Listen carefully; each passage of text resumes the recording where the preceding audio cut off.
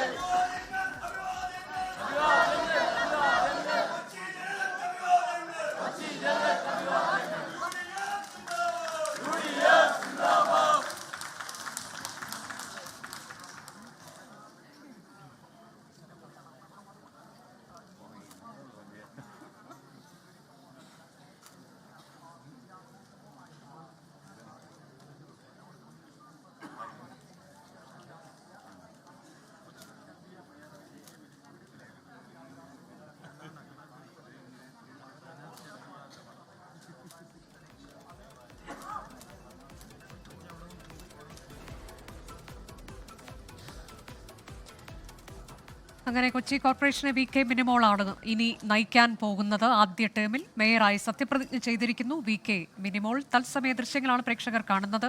Vipin C Vijayan ഒരിക്കൽ കൂടിയുണ്ട് വിശദാംശങ്ങളുമായി. വിപിൻ, ഏറ്റവും പുതിയ വിവരങ്ങൾ എങ്ങനെയാണ്? ദീപ്തി മേരി വർഗീസ് ആ ചടങ്ങിലൊക്കെ ഉടനീളം പങ്കെടുക്കുന്നുണ്ടോ?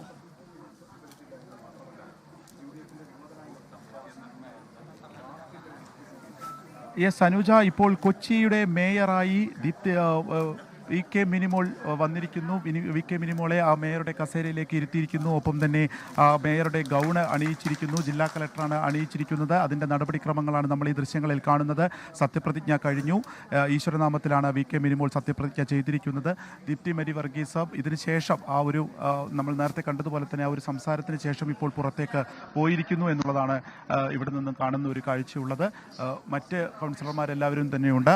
ലോകത്തെവിടെയായാലും ഏത് സമയത്തും 24 വാർത്തകളും ഓഗ്മെന്റഡ് റിയാലിറ്റി പാക്കേജുകളും എക്സ്പ്ലെയിനറുകളും വിശദമായി കാണാൻ ഞങ്ങളുടെ യൂട്യൂബ് ചാനൽ നിങ്ങൾക്ക് സബ്സ്ക്രൈബ് ചെയ്യാം.